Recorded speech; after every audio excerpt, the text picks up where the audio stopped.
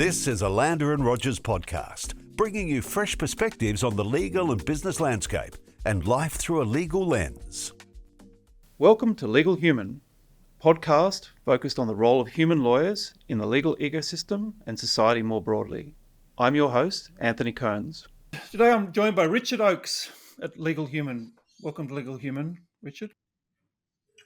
Pleasure to be here, Anthony. Thank you for inviting me along. I can't remember when it was, and we were just talking off air about how long ago it might have been, but I remember you meeting you outside an event of some sort, like a conference presentation or a workshop you're about to do, and you excused yourself and said, my practice is to do a meditation to prepare, and I found that fascinating. I had just started to practice myself mindfulness meditation, and it was interesting that somebody in your role and in the work that you do, which we'll talk about in a moment, would choose to do that. But I guess my question to you, my provocative question to you at the time was, have you ever thought about incorporating that into the work that you do?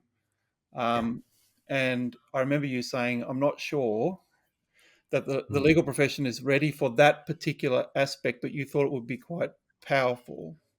So you worked at that stage, and I think you continue to work at the interface between law firms and their clients. So for want of a better term, it's in BD, in business development, but it's much deeper than that. Do you want to just talk a little bit about O10, your experience of working at that interface between law firms and their clients, and how you came to be doing that work?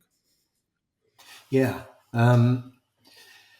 I mean, just very quickly to pick up on that point about readiness and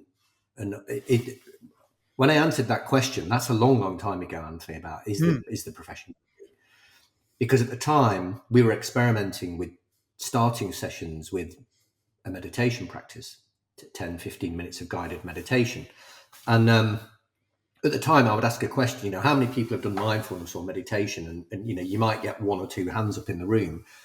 I know if I ask that question, I do ask that question now, it's over half.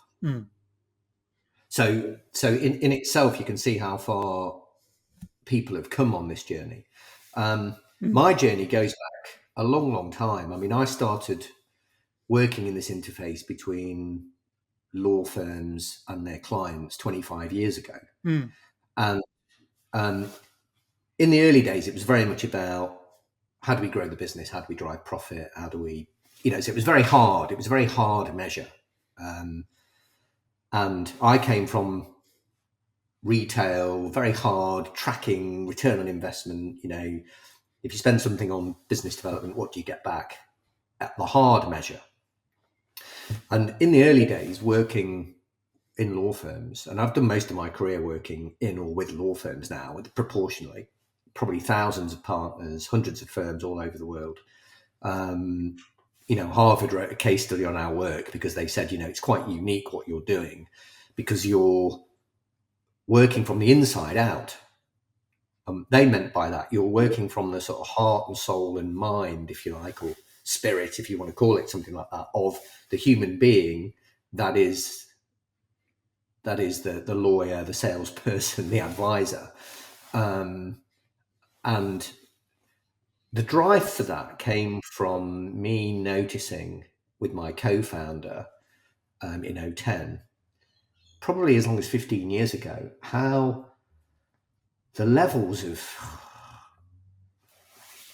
imbalance in the profession, like broken marriages, stress, heart attacks, strokes, bad diets, alcohol, like the level of dysfunction in the profession was significant. And I actually had a partner in a firm I work for die at his desk.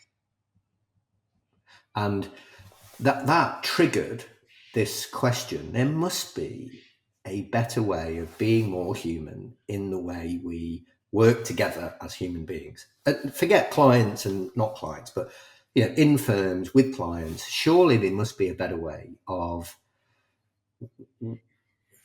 showing up that is less combative, stressful, that brings more balance to humanity. Like that was the real driving force. And that's that's what got us to leave our jobs crazily in 2009 after Lehman Brothers collapsed, to set up this business O10, which was then ended up going all over the world, advising all kinds of amazing businesses and leaders on this notion: how can we bring more balance, humanity, mutuality, care, compassion, empathy, mindfulness? How can we bring that into this realm of leading law firms, running client relationships, making them successful, but at the same time recognizing balance is very important.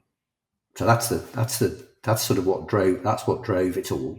And the rest is history. We became, I think we still are one of the few firms that advise and help, not just law firms, actually. We've helped banks and accounting firms and clients like Nike and all sorts of businesses to bring this in.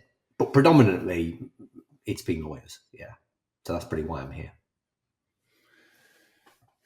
It had quite a profound effect on my development, O10.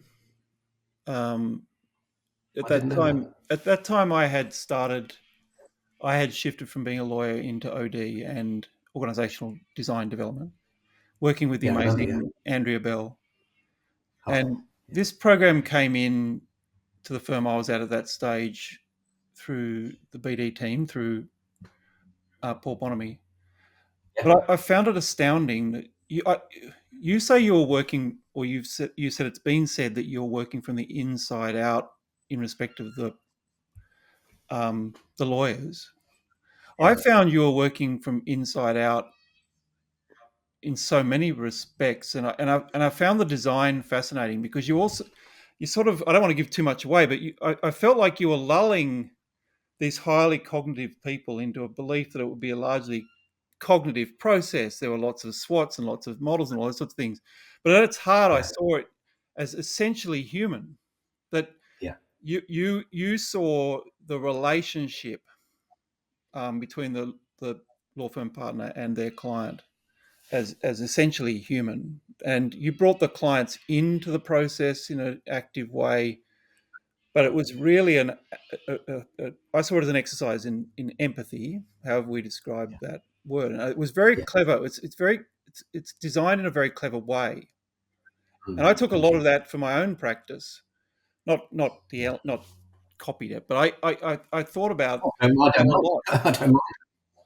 Yeah. In so many settings. Absolutely.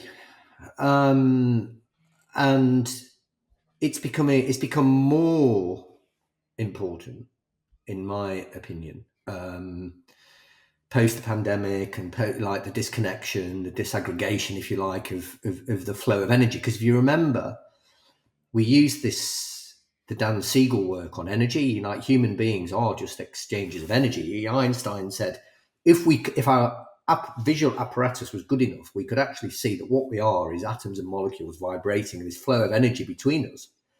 And that energy has been like really damaged by what's happened to society in the pandemic and post it, and the struggle to get back to some of that. And so I think it's, the other thing I would say as well is that in the design, we also built in the really important aspect of also the energy flows inside a firm as well as to the outside.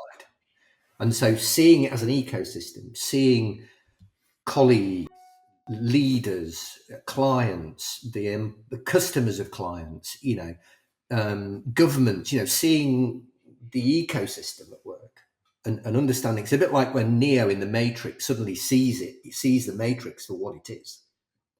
And if you can see being human as being part of a system, a flow of energy, and being aware of that flow of energy and working with it, it's like if you're a surfer, you work with the wave, you understand the wave.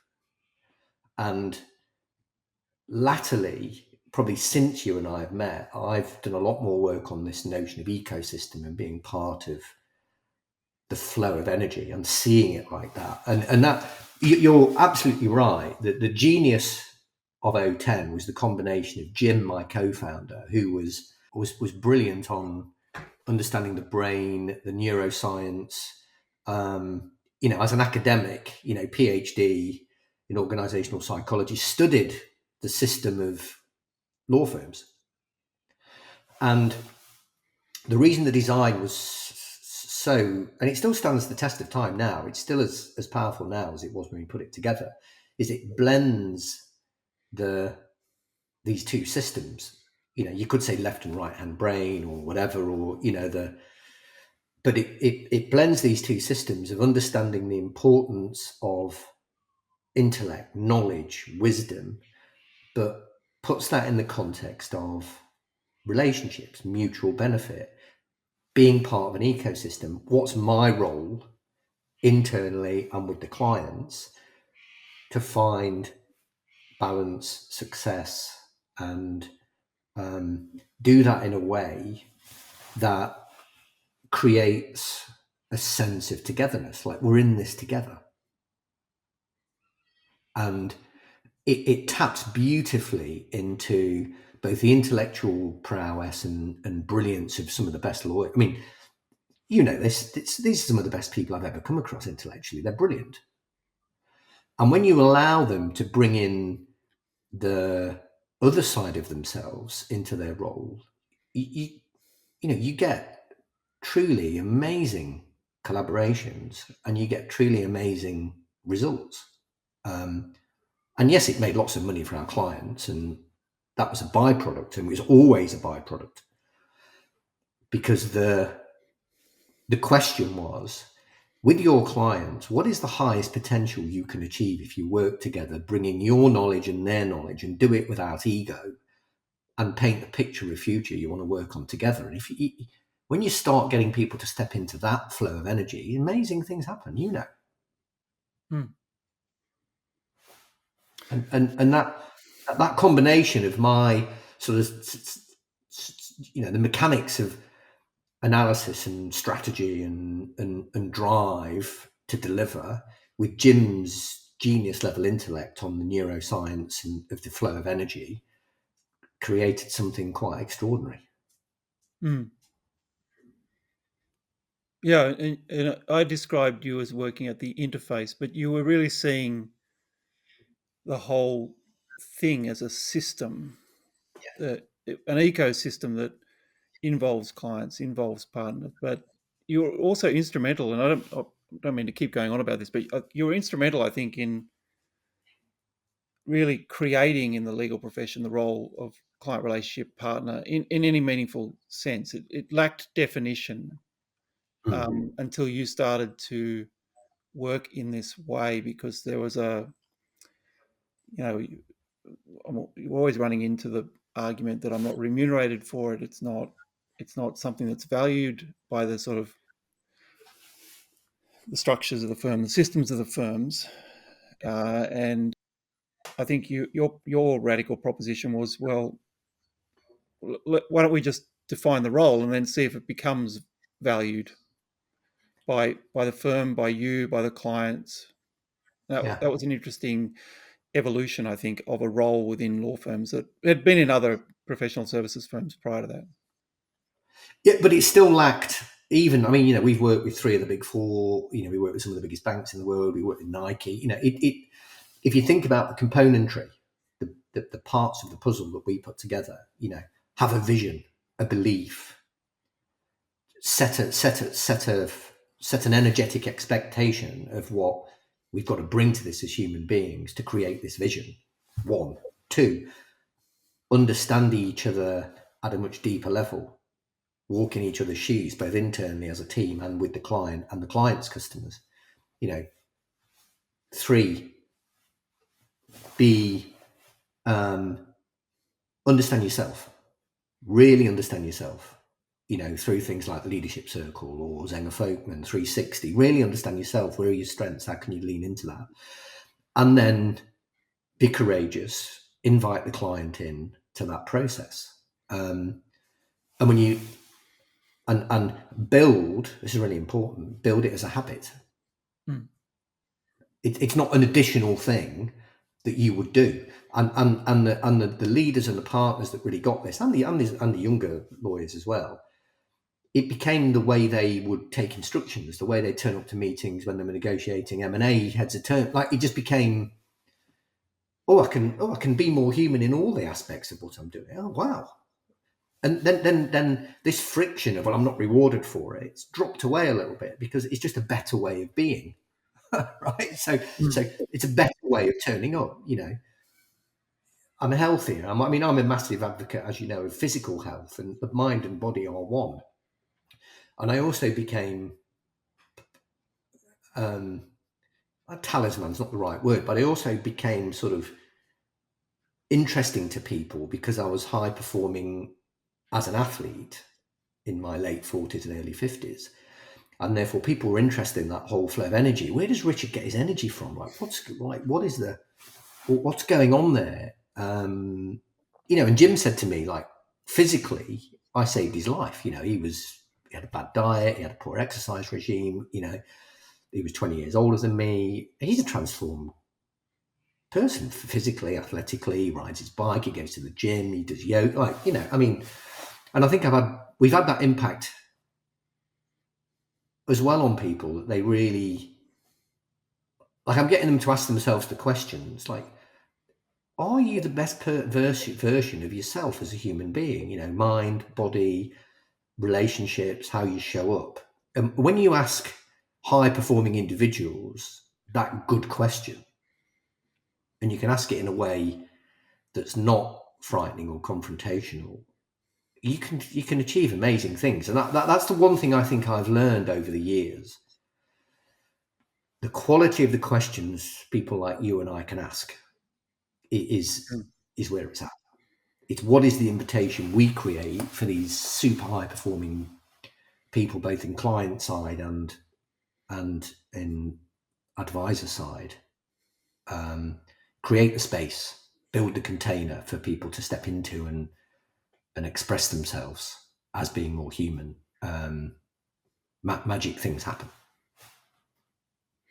It's almost like the central question of this podcast is now redundant because clearly you see that the role of human lawyers, or the humanity of lawyers, is central to the legal ecosystem.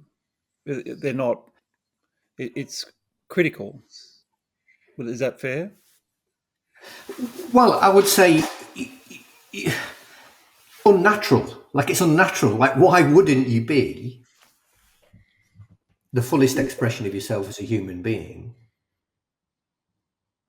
Whether you're a painter and decorator, or an electrician, an artist, a musician, a lawyer, why?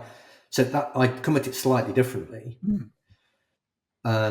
We all know the training, the history, it sort of pushes you away from that a little bit. Interestingly, my son's 24. He's halfway through his training contract in London as a lawyer, right?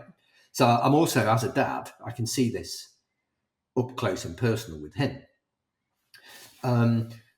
But he's a chip off the old block, which is really interesting. So he's very, very interested. So he does 1 day a week in-house for a property management fund, and it's part of his training contract. And he said to the partner supervising him, he said, I'm going to go and see I've got a meeting with the finance director tomorrow. I'm going to ask her about her business and what's it like and how does it feel and how do you experience people like me? And his boss said, what would you want to do that for? right. And so, but my son, he's just curious, right? He's curious about human beings and the humanity that sits in these big organizations. Because he's a chip off the old block, he's listened to me and he's been part of what I've been doing for the last 10 years. But the interesting thing, I think, about lawyers, and I've always said this to lawyers, all the way through O10s and even before O10, why did you cede so much ground on strategy and relationships at the boardroom or to the accountants, right? Because the legal system is the system that it allows people to create things. I can create intellectual property. I can create business structures. I can create like it's a very, with a small c, part of the fabric, the creation that allows massive collaboration, that allows businesses to operate. You know, accountants just count the beans of the results of it. You know, like. So I never really understood that, and so I think the combination of human legal is so powerful. It's so powerful. And I would say I've seen more impact had by the best law firms that operate in the way you and I see the potential than any banker, accountant, management consultant. You know, I think it's a massive area that any young lawyer or any leader of a law firm should look to master this area of the flow of energy, mutuality, building a shared vision for what we as a bunch of lawyers can help our clients to create, because we understand the system. We can help create the fabric and the system that allows a business or a government or whatever to do its thing. I think it's, you know, I'd love to sort of almost create an academy or or a sort of or a school, you know, a human legal sort of place where people could come and talk about this stuff, because it's huge. Well, I mean, that's sort of the impetus for this podcast. I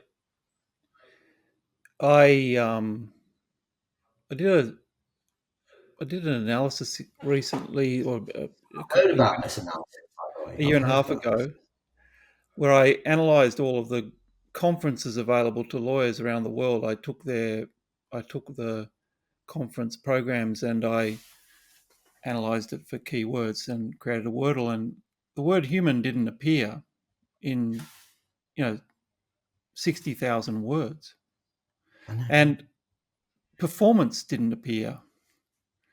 It's what wasn't there, and what I'm finding fascinating at the moment is Gen AI and enabling technology. The conversation about it is about its benefits, features, and it seems as though the extent to which we're talking about humans in this conversation, human lawyers in this conversation, is the extent to which they can interface effectively with the technology. And I'm curious to ask the humanists I know, what do you see as the evolving role of lawyers if mastery doesn't exist within the retention and release of information? If our concept of mastery is really wrapped up in how much we know and how much we can articulate in response to a problem, then there's a risk, isn't there, that's precisely what Gen AI is for. Now, I don't personally believe that our role in the legal ecosystem, our role in helping clients, is contained to that. And what you're describing is that it's intensely human, what we're doing. Well, yeah, and I right on the cutting edge of this. It's creative, right? And what do I mean by that? Like, if you're alongside a client and the client's looking at a market, looking at whatever, a project, an industry, or whatever they're looking at, and as a lawyer, you want to be sat alongside them and saying, with what you know and your experience and your level of risk or courage or whatever, and put that alongside mine, and let's paint a picture of what's possible, what can be done to facilitate this, to make easy. And yeah, you can use your knowledge of the law and, you know, the AI stuff behind that. But I don't think it substitutes the feeling you have when you sit with another person and you look out to the future and you decide, what is it that we can achieve together here? That's a different edge. And, you know, maybe there's a conference that needs to be put on, Anthony, that we should think about putting on. Already thinking about it. I mean, that's where I think this leads. But I'm interested in your concept of a school because, you know, what you're talking about still, I think, is not dealt with in any detail in legal education generally. Like it's still. So where would you focus education of lawyers if we're trying to occupy this space, this technology-enabled redefinition of mastery and an emphasis of the humanity of the profession? Where would you start? What sort of things would you talk about? Well, I think that there'd be probably three layers to it. The first would be knowing yourself, knowledge of self, right? Things like leadership circle are brilliant for stuff like that, right? But you know, so knowledge of knowledge of self. How do you show up? What happens when you're stressed? What happens when you're creative? How do you understand, know, use that would be the first thing. The second thing would then be to really understand ecosystem thinking, and especially how human beings operate in ecosystems, and this idea of energy and understanding energy and the flow of energy. And there'll be all sorts of things in there, you know. There's stuff on language, there's stuff on inner dialogue, inner narrative, mindfulness. You know, there's a lot of stuff there about that flow of energy. And then the third would be how do you, as an individual, have a strategy for that? What is your what is your way of piecing this together? You know, it's a bit like when you might study law, but then there's negotiation as a skill. Like it's a general skill. So for me, I'd be at those three levels. I mean, Dan Kane and the O-shaped lawyer movement in the UK, I've known Dan for years. He's grappling with that, and he's trying to sort of, play into that with the Law Society and all that good stuff. So it is beginning to happen, but I still see some of the biggest law firms in the world won't make. I'm talking to one at the moment, and they're just reluctant. They won't put money into it. They're not quite sure why it should be valuable to look at it. So this, I mean, there's a long way to go with it, and I think this AI thing may just force the issue. It could be used for a real firework, up the profession, or whatever you want to call it, to say, hey, look, here's the territory that you can still own and master when finding knowledge at the click of a button suddenly becomes something easy. Mm.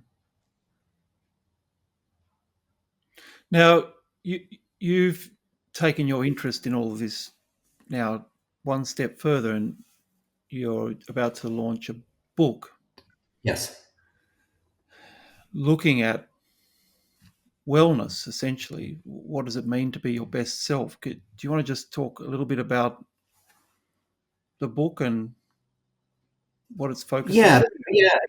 I mean, it someone said to me, you're doing all this great work, Richard, for, super successful, wealthy lawyers, have got loads of money and etc. Now, I understand why you've done that, because you've got a business and you want to make, you want to provide for your family and all that stuff. But as I've moved into the sort of last transition, I think, of my professional career, I'm not going to retire. That's never going to happen. I'm just not that sort of person.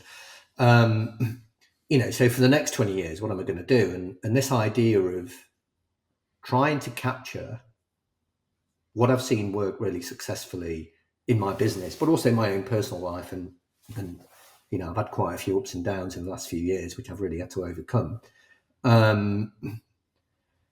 Putting this down in a way that anyone could pick up this book. It's called The Equation. And, the strapline is, improving your life one day at a time. And, the equation, anyone who's done the sort of O10 strategic account leadership program would recognize aspects of the equation in that work. What vision do you have for yourself? What is the best version of yourself that you want to see? Spend some time thinking about that. Be mindful, live in the moment, understand the flow of energy. The second part of the equation is that, how do you make sure you don't get dragged off worrying about the future or regretting the past and your life passes you by? The bit of life where you're actually living just passes you by. So how do you live in the moment? And then finally, how do you build good habits? How do you take choice out of, or should I do this, should I do that? No, how do you build good habits?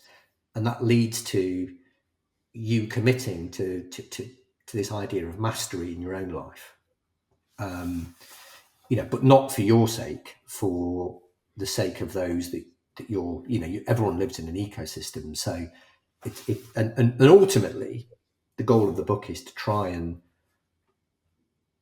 make humanity as an ecosystem a better place for us all to live. That sounds a bit grandiose, but if everyone did a little bit, it's a bit like fitness, becoming a world champion. I didn't suddenly become a world champion. What I did is I did a little bit every day for 5 years.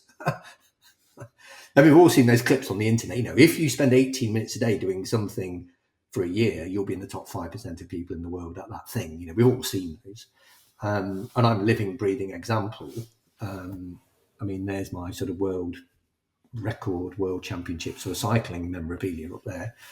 I'm just a normal fella who, by applying himself a little bit better every day, became world champion.